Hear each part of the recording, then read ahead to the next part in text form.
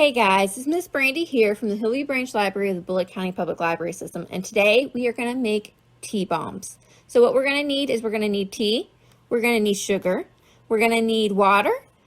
Light corn syrup is optional. You can use gel food coloring, that is optional. You can use edible flowers, which is optional. We'll get into all that in a bit.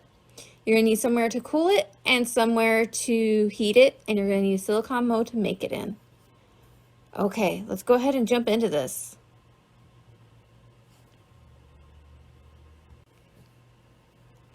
So what we've got here is I've got 3 3/4 cup of sugar in my pan, and I've also added a cup of water. I'm adding 1 1/2 cups of light corn syrup as well.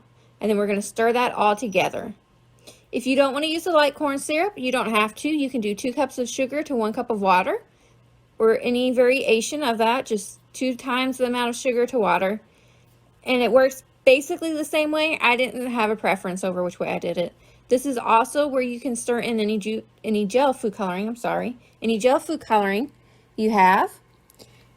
And that'll give it like pretty colors. I just wanted to start with a blank slate for you all. So what you're seeing here is now we're gonna stir it. And we're cooking this on medium heat till it's 300 degrees. But this is the only time we're gonna stir it, is just to get the ingredients mixed in. And I know this is super hard to imagine, but you're not gonna stir it again. Trust me, don't do it. It won't get up to the temperature you need. I know, very hard. It was very hard for me to understand, but it's the truth. So don't stir it again after you get it originally mixed together. So if you have a candy thermometer, you can use your candy thermometer. If not, I've just got a digital thermometer that I'm using. And thank you, Miss Angel, for this tip, because I didn't do this the first time I made mine. Do not let this thermometer hit the bottom of the pan, because it'll give you a false reading. It's going to read a lot hotter than it actually is. So go ahead and put your thermometer in. If you got a candy one, perfect. You don't have to worry about it. If you have any other type, make sure it doesn't hit the bottom of the pan, and 300 degrees. So I'm not going to make you all sit through and watch all of this because it gets boring, trust me. So we're going to speed things up. I'm putting out my molds here, and you don't need this many molds. I just wanted to get them all out there to kind of see different things. I've got the really small ones for just sugar. Remember, do not stir. I know, again, that's a lot harder to do than you think it is. And here you can kind of see it's boiling. This is what we want. Again, I know I just said it, don't stir it. So this is what it looks like once it hits the 300 degrees. And what we're going to do is you're going to go ahead and you're going to take your molds and you're going to grab a spoon. And you're just going to fill the molds with the sugar candy, okay?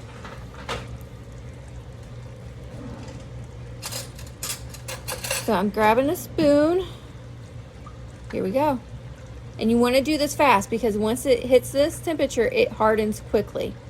So you're going to take a spoonful and you're going to put it in your mold, and then you're just going to kind of slosh it around, make sure it covers all the sides. If you did color it, it's going to be easier to tell that your entire mold is covered. And we're going to speed this up, and you do this with whatever sides. This size here worked well for the tea to go into, and the larger ones worked well for the tea. Any smaller than this, you just kind of want to put sugar in it. You can put the edible flower in it, maybe for some decorations, but it's not going to work too well to put tea into. And I just took it off the heat because I didn't want it to go above that temperature. Remember, you need to move quickly, and this is hot, so this part we do not let our younger kids do, okay? It definitely requires adult supervision. And as you can see, this just makes cute little additional sugar things that you can put in. Again, you can put your flour in it. You can go ahead and color these different colors. If you have different color sugars going, have different colors of these to go with your tea. And this is where the art comes in. Is very, very pretty. Even just the clear sugar with the tea in it. So I'm just going to keep filling this up. And you can see little strings, that's okay because they pull right off. And here are the bigger ones, which I liked as well. But again, make sure that whatever mold you use, it will fit into your cup. So whatever mug you want to use, make sure that it'll fit, because there's nothing worse than making this and not having a cup that it'll work in. And then once we are through with these, what we're going to do is we're gonna put them into the freezer and let them cool. You can also put them down into some ice water and cool them really quick that way.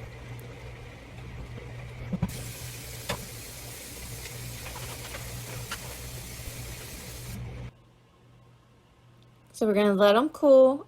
I let mine cool for a couple of hours. It's up to you. Just make sure they're gonna pop out easy. And then we're just gonna pop them out. I did the little ones first, and as you can tell, you gotta be kind of careful, very delicate, little pressure at a time, and then they'll just come out. And look at that, look at how cool they came out. I'm sorry, I'm excited.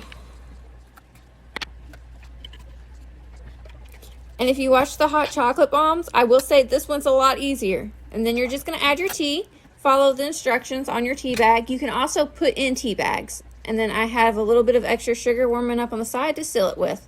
And you can see it melted a little bit, that's okay. You can also warm up a pan and just lightly move them around in your hot pan to just kind of soften the sides.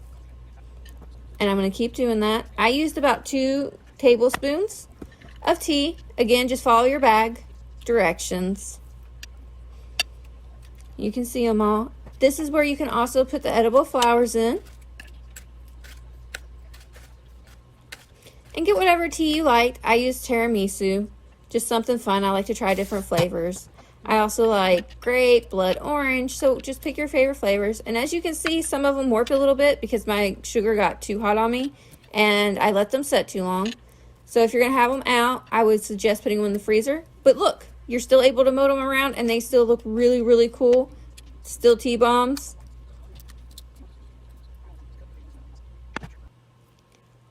So here's a picture of what they look like completed. You can see some of them that I had to mold a little bit, which again is fine.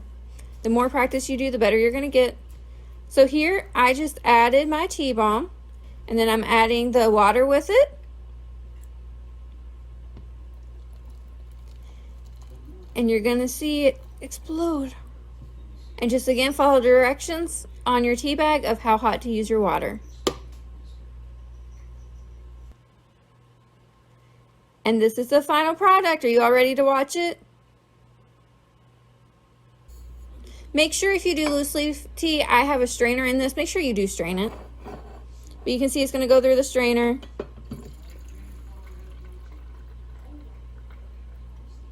And then you get to drink all of your hard art. All your work went into this final product and it tastes amazing. Thanks, guys.